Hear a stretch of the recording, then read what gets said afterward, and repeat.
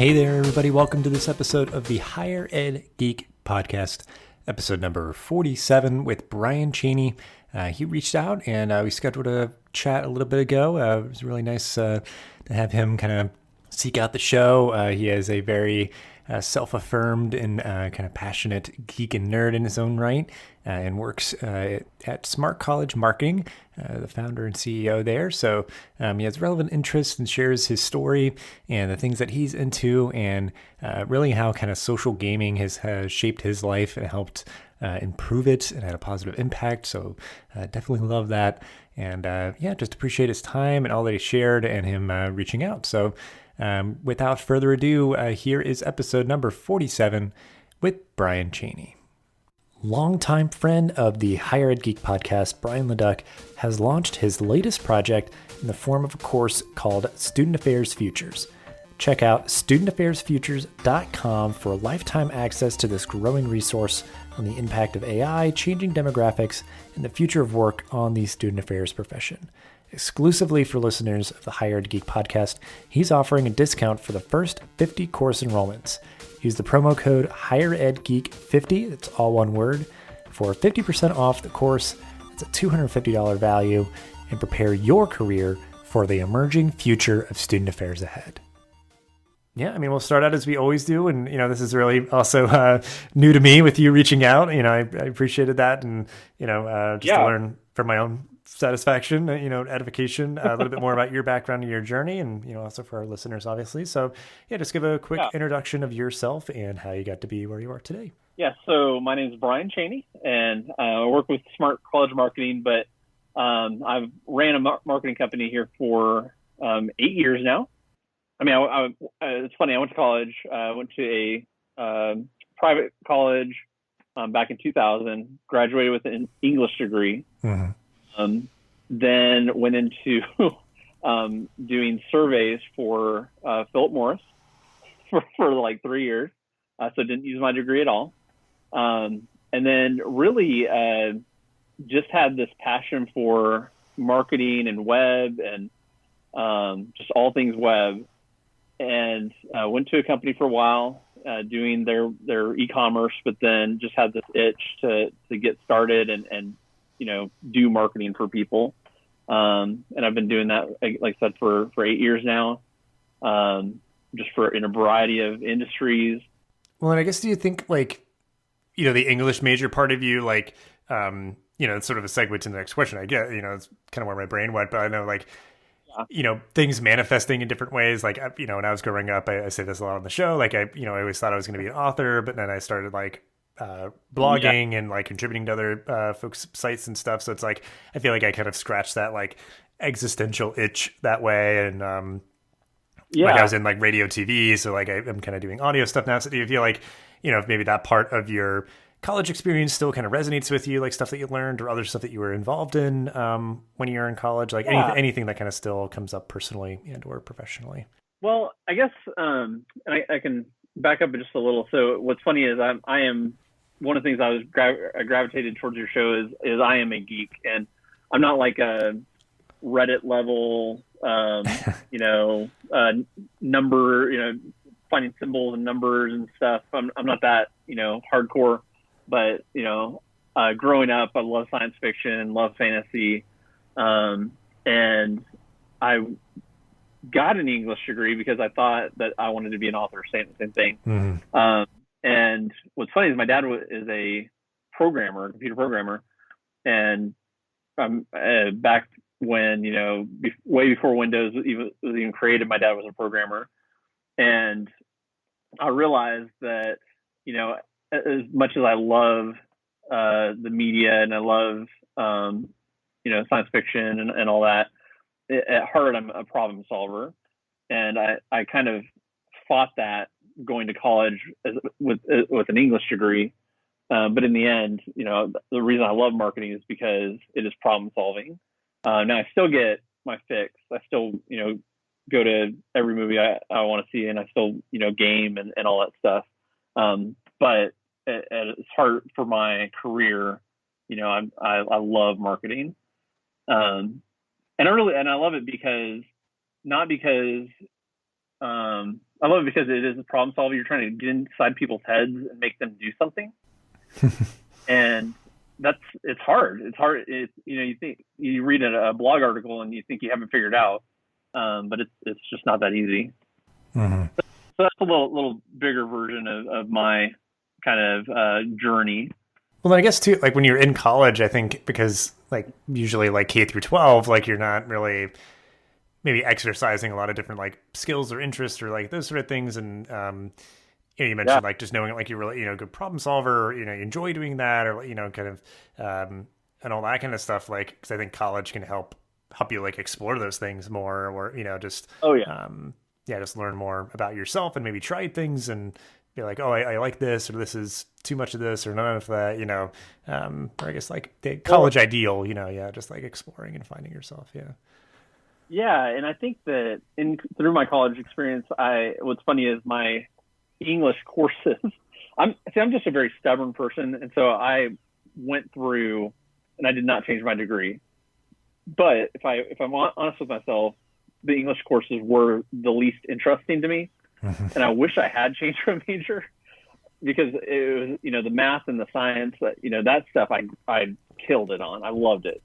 But when it came to English, even though that was, my major, that's where I just did not, I struggled through it and I didn't listen to myself. And again, that's why, 15 years later, that's why I find myself as a marketer.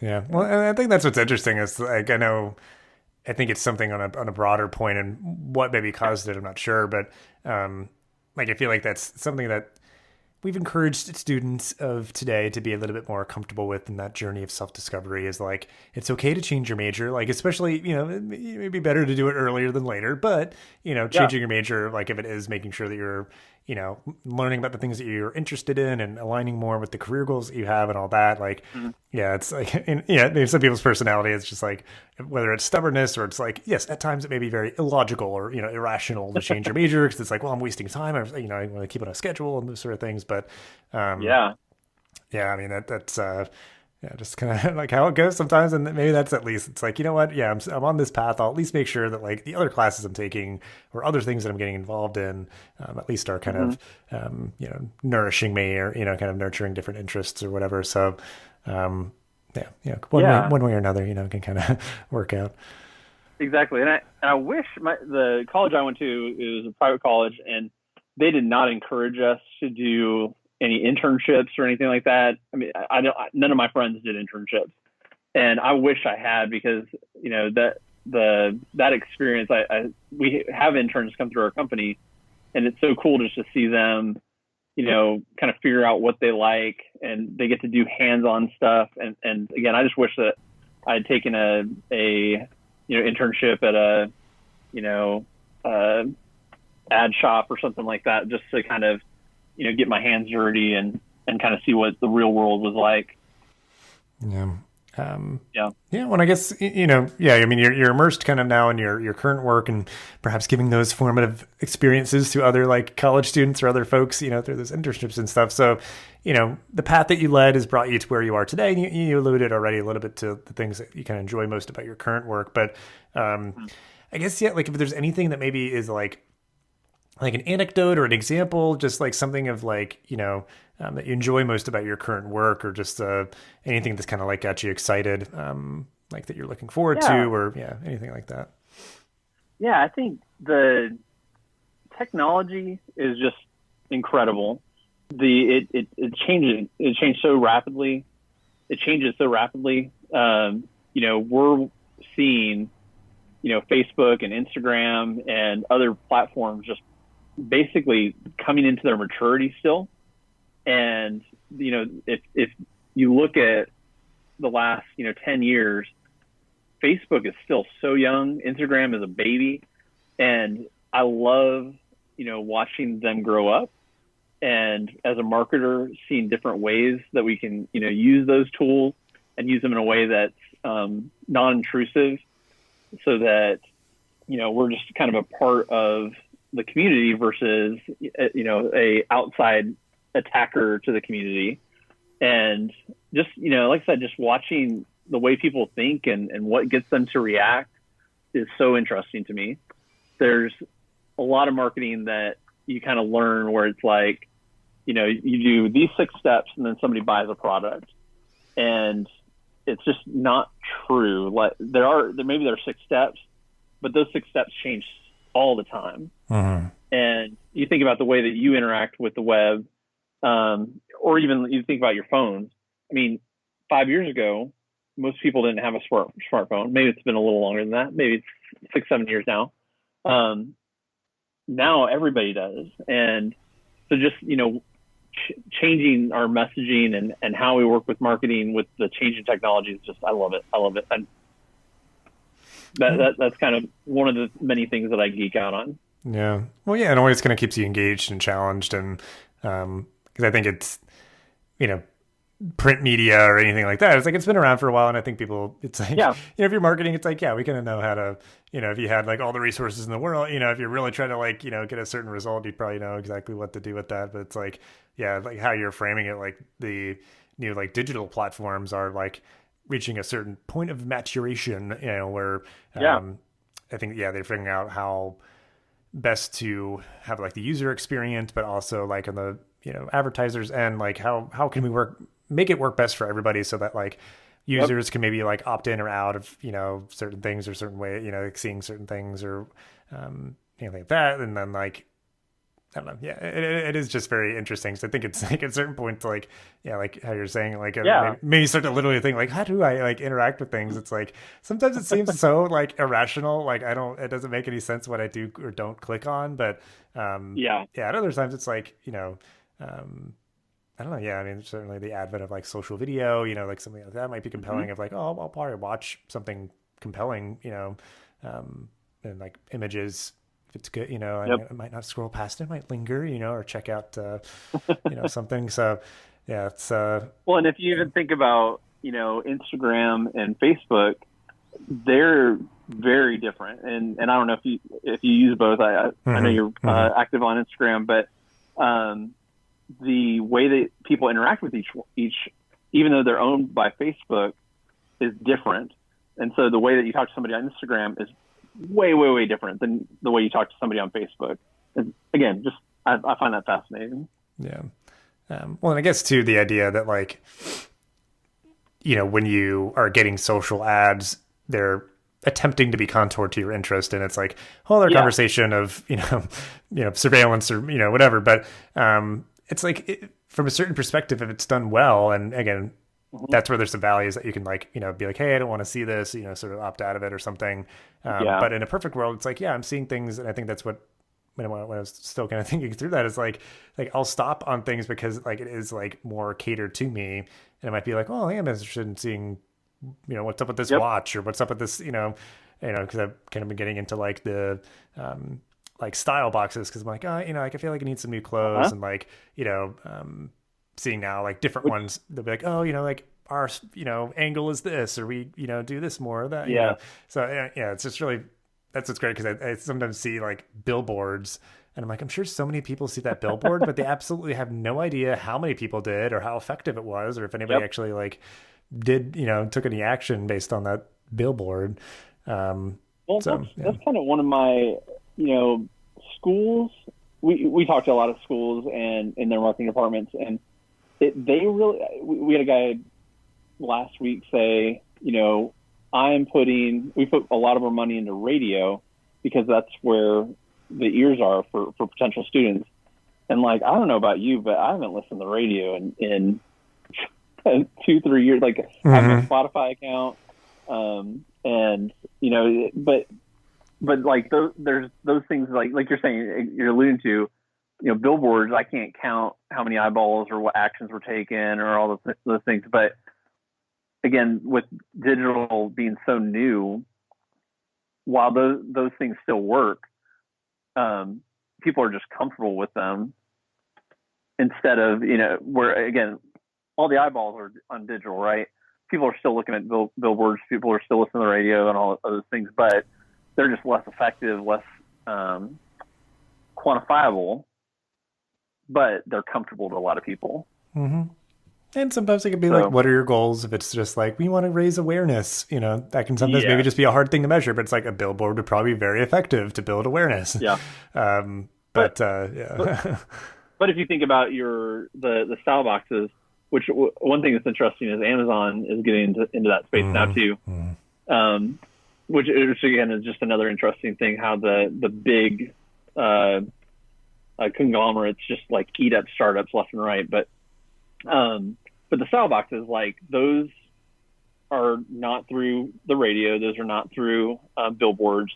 They make millions and millions of dollars by doing social video. That's probably how you see most of it. mm-hmm. So it's just kind of socials where the eyeballs are. And yeah, so again, I find all that very interesting. Yeah. Well, cool. I mean, and I mean, you mentioned like this is, and it's very apparent, something that you geek out about. So if it's anything else like professionally or just like personally, we can dig into anything like that you might want to recommend as well. But like what do you geek out about currently? If it's maybe just like thematically, like you mentioned, being maybe into like sci-fi or gaming or anything like that. Like, is Yeah. it stuff that you've always been into for all your life, or stuff that you've discovered recently? But yeah, like what's capturing your attention lately? Yeah. So one thing is I've got two kids. I got a 6-year-old and a 2-year-old. Hmm. And so my geeking time is at a minimum, but you can't see my office right now. It's actually like my man cave downstairs. Mm-hmm. But I got my 6-year-old. I sent you a picture of my 6-year-old. Yeah, He yeah, is all in on Star Wars. That dude, he knows more about like the intricacies of the Star Wars universe than anybody I know. And what's amazing is he has seen A New Hope, and that is it. yeah. He's not seen any of the other movies, but he has all these books and encyclopedias on Star Wars. My man cave, the walls are lined with Star Wars puzzles that we put together. So Star Wars is a big part of my life right now, mostly because I really enjoy it, but my 6-year-old really enjoys it.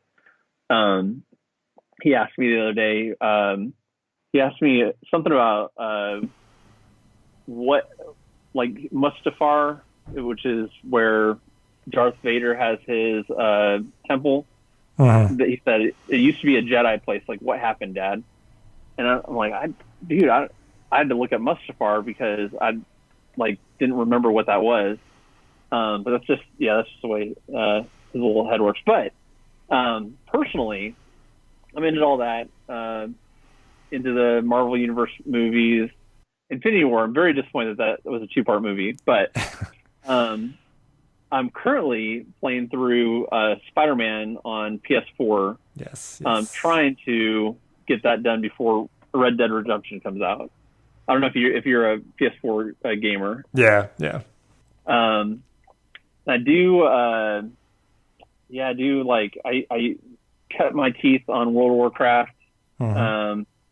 Don't really play anymore on that. I'll kind of revisit that every once in a while. But yeah, most of the stuff in terms of current geek out is movies.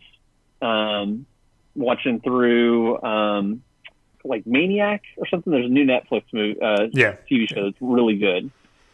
With so that's kind of where I go. I'm currently enjoying that the PS4 Spider-Man game as well. It is very good. I will pretty much buy any like Spider-Man game that they've made. Like, but I will say this is probably one of the best ones. It is. The web slinging is incredible. Yes. Which is obviously like a crucial component. Like it should be good, but for some reason something other parts are kind of the main focus. But like the webbing is very good. Yeah. I'm really enjoying it, and it is beautiful, and the web slinging is just. I mean, it's flawless. It's incredible. The middle, I'm in kind of the middle, and it's getting a little repetitive, but still really enjoying it. Yeah. Because I think it's like I got to the part where they're like they kind of allow you to like fast travel, which I'll probably do, but it's like because I was also thinking where it's like obviously like that is Spider-Man's thing is webbing around, but it's also like we also have to like you have to like web around the city. So it's like if it was like a chore or really annoying or just like bad Yeah. mechanics, it would derail the game. Yeah. And there's also just like there's a beauty. They put in a lot of work replicating New York City. So Oh it's yeah. nice to like swing around because it's like at some point you just fast travel everywhere and just like go the shortest path there. But Oh yeah. it is very very well done. I have fast travel, but I haven't done any of it because I just enjoy the experience. And then when you start, the music gets like super epic. Mm-hmm. So yeah, I mean it's great. It's great. Yeah, it's a lot of fun. So we'll definitely link out to that because I would highly recommend it for anybody that has a PS4. Oh yeah. And I'm like, I got like the digital deluxe one, so like the DLC and stuff. I'm just like I'm here for it, man. I'll play through everything again because I feel like it's such a fun game. Like I usually am not a completionist, but I'm like, yeah, I'll swing around and get a bunch of little collectibles and do whatever. So yes, it's very good and okay. Yeah. Well, I feel like with your kid though too, it's like I don't. I guess I assume that he knows there's probably more movies, but I also feel like it might like blow his mind where it's like, yeah, there's like a bunch more movies, a couple TV shows, some comic books. Like, like what? Well, what's funny is he knows they exist, and he knows like we just showed him A New Hope. He just turned 6.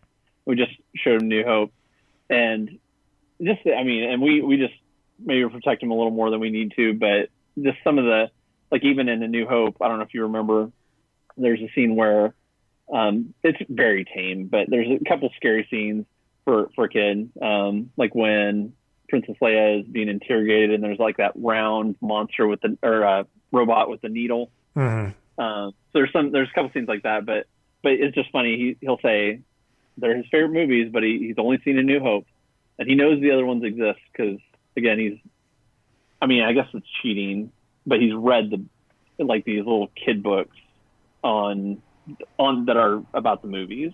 Gotcha. So. Well, he's got a lot of good stories left left to kind of see unfold there. But when I guess that's one thing, like as a parent, you can like share these things that you're into with them, and that's obviously like a great bonding experience. So I guess anything else like that, or if you have like any communities based around other stuff that you're into, like how do you see your hobbies and interests or like positively contributing to your life, even if it's, I guess, maybe just like the relaxation and kind of like, stress reduction or whatever, like, it's always cool because I know some people do have like, a lot of kind of depth to their hobbies and what it means to them. Yeah, I think so. A couple things. One, I work when I work, I work hard. And so having those hobbies, it is like a release or relaxation for me. But one of the things and a lot of people roll their eyes at this. So I was heavily into World of Warcraft. And are you familiar with World of Warcraft at all? Yeah, I played it a bit back in the day. Yeah. Okay, so I was heavy in it, and I was part of a guild, and we raided, you get 40 people together to take down, monsters. And again, sounds really stupid, but one of the cool things out of that is, with social gaming, I learned leadership. And that sounds so silly, but like nerds take their games really, really seriously. And so it is like military style if you're like really into it. And so just learning like how to communicate with people, how to get people to work together. It really like that is one of the things that set me off onto, being a leader, being an entrepreneur, and being able to kind of do it successfully, strangely enough. No, yeah. If you're doing it right, that's I feel like the proper end product. So that's good. Yeah. Yeah. Who says you can't learn anything from games, right? Mm-hmm. That's really cool. No, and I've got a group of us that get together regularly, and we do what we call snobby movie night, and we'll get just older movies, classics or not, and kind of watch them, and then watched we watched A Streetcar Named Desire and Raging Bull and some of those movies. So I like to do that, and we'll discuss them and just talk about what they mean and what was going on during that time period. And because a lot of movies, it's now movies are kind of more pop entertainment. Back then movies had a lot more social resonance. Like whatever was going on in society kind of was reflected through movies. And we got some of that now still, but it's just not it doesn't permeate like it used to. So it's just interesting to talk through those. And that's kind of my biggest thing. Yeah. Well, yeah, I mean, like, movies can be enjoyed sort of like, in a vacuum or on your own or whatever, but it's nice, like set them in their like historical context and also like talk about them with people. And because like I'm sure 5 people are going to have 5 different point of views on the same movie. And and I think, and sometimes it's just like a practical thing of like, well, there was less movies made back in the day. So like, now it's just like, they're all just kind of like bubble gum, like pop, you kind of chew them up, spit them out. And there's some outliers there, but I mean, there's some, they're classics for a reason. Exactly. Yeah. Nobody's watching Aquaman and then talking about how society and what Aquaman was really thinking and the things. So.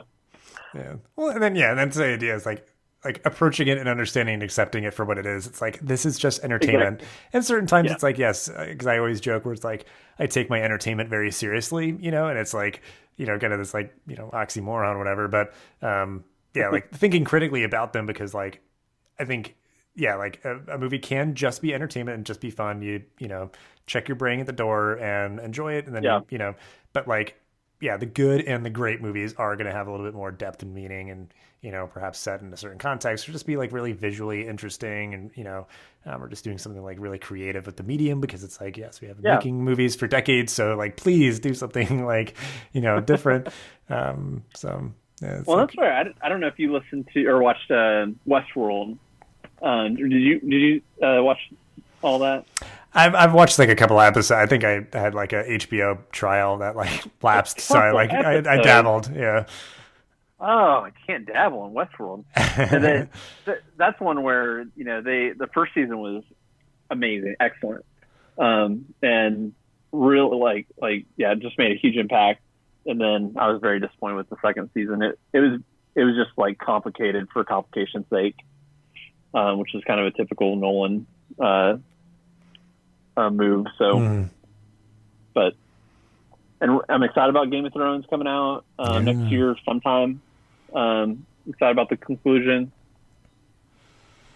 That's another one of my favorites. Yeah, I get it. I fell off on that one too.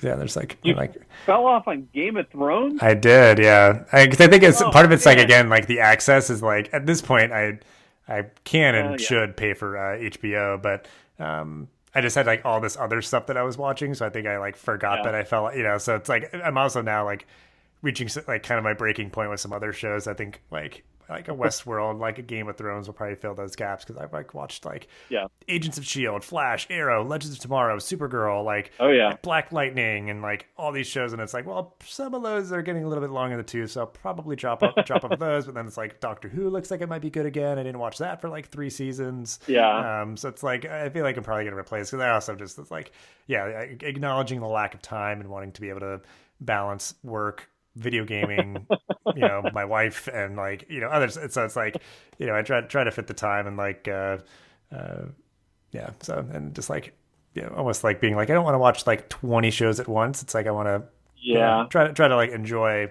a couple of them. So I think with like Game of Thrones, it's like, okay, knowing that it's going to end, I'll probably just like watch through all of it, or because like at this point it'd be hard to like pick up where I left off. But just be able to like go through, because like I watched like Walking Dead for a long time, and that was getting long in the tooth, and they're like, we're never gonna end it. And I'm like, well, geez, okay. So I think that's sometimes what's hard. Did you give up on Walking Dead? Yeah, I think I ended.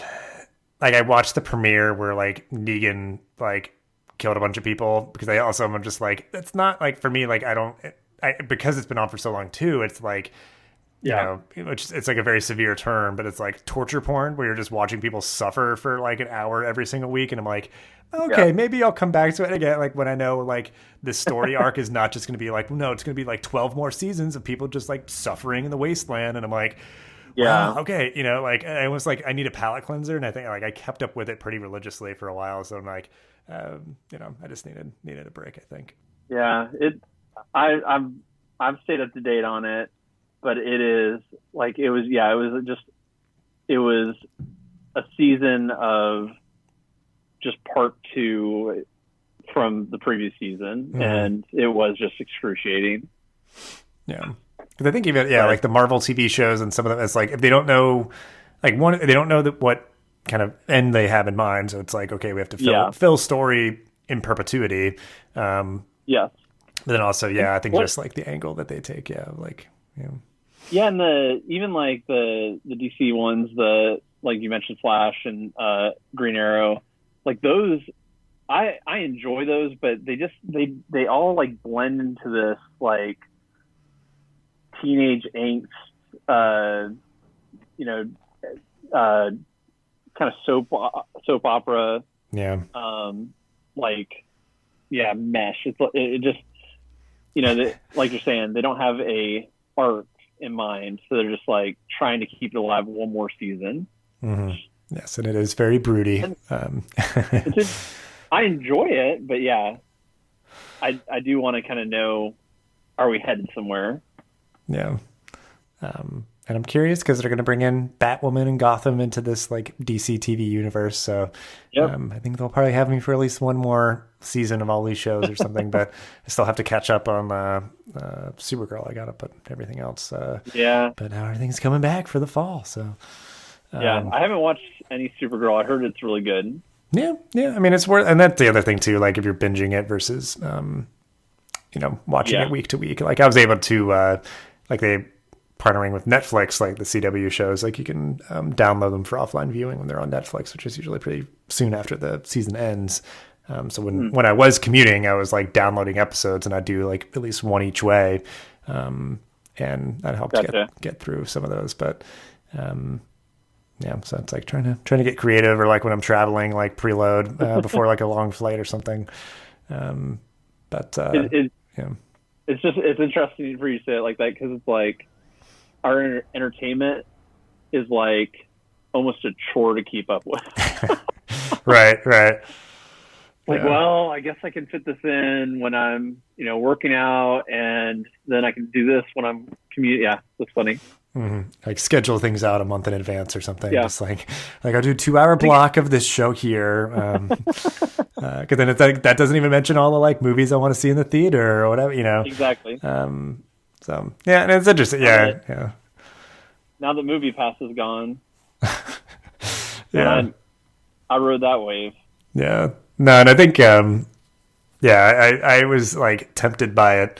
And I think I might like just try to do something at like a local theater, because now everybody's trying to replicate their own sort of subscription movie model. Because it's like, I was just talking about that with somebody, and I feel like we've now gone down a wonderful wormhole. So I think we'll try to wrap up here soon. But I think because it's all great stuff. And what I was mentioning, and I'm surprised, I guess I didn't jump in on those passes, but because like seeing a movie in the theaters, I'll watch a movie at home and I'm in my own space, but there's also like distraction. So it's like, it's comfortable, but it's almost like too comfortable. If I see a movie in a theater, I'm like, my phone's away, my attention is solely on the screen, and it's like the optimal movie seeing experience. But when I like watch movies at home, it's like, oh, it's just on my TV, and I might be like, oh, let me throw in a load of laundry, let me like do this, or like my dog needs to go out halfway through. So it's like, as much as I can get to the theaters, I like to, especially for a movie that's good for it. But absolutely.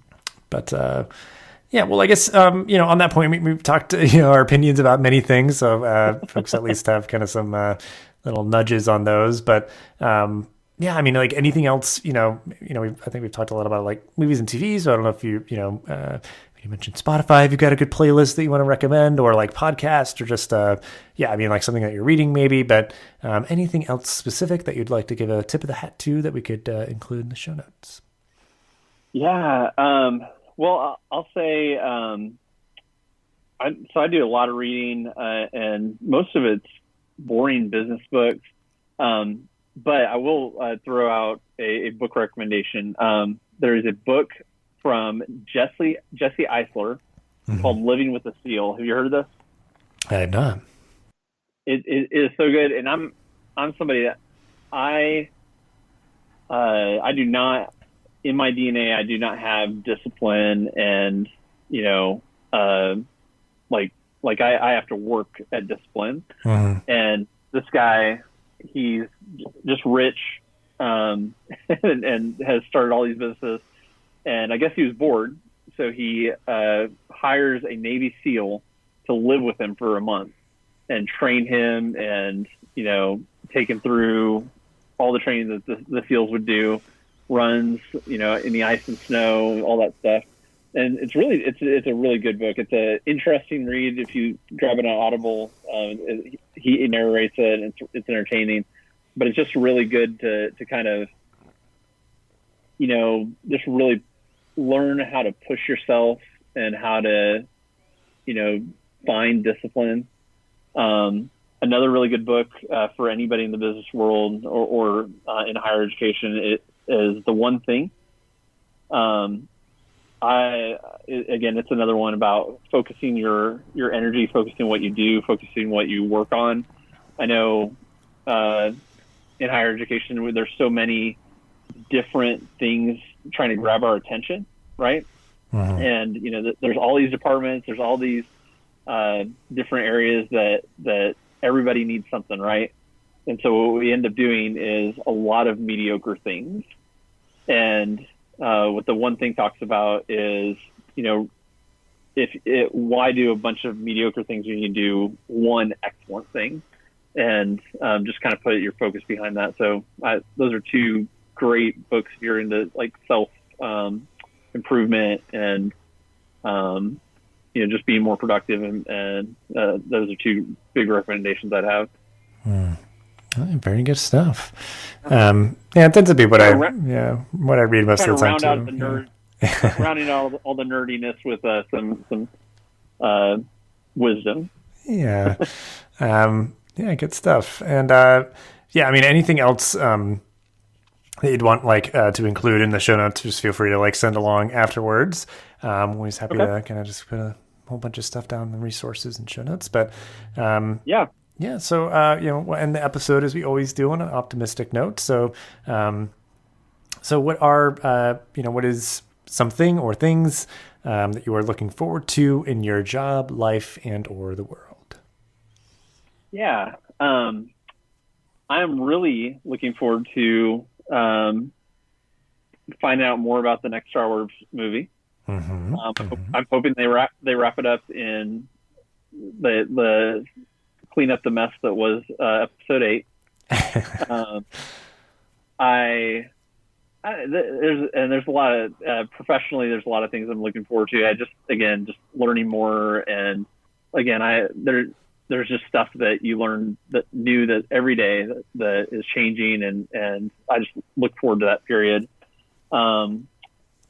And beyond that, man, I don't know if you played Red Dead Redemption 1, but it was an incredible game, and so I'm very, very much looking forward to the sequel, as well as the sequel to The Last of Us. Good call. I think I forgot about that one. And again, it's a gift and a curse, really, I guess, but because I very much am a dabbler and sampler, and I played a little bit of the first Red Dead Redemption. And I think I've just never been huge into Westerns. I don't know if it didn't grab me, but I did appreciate it. I was this is just incredibly well done, as much of what Rockstar does.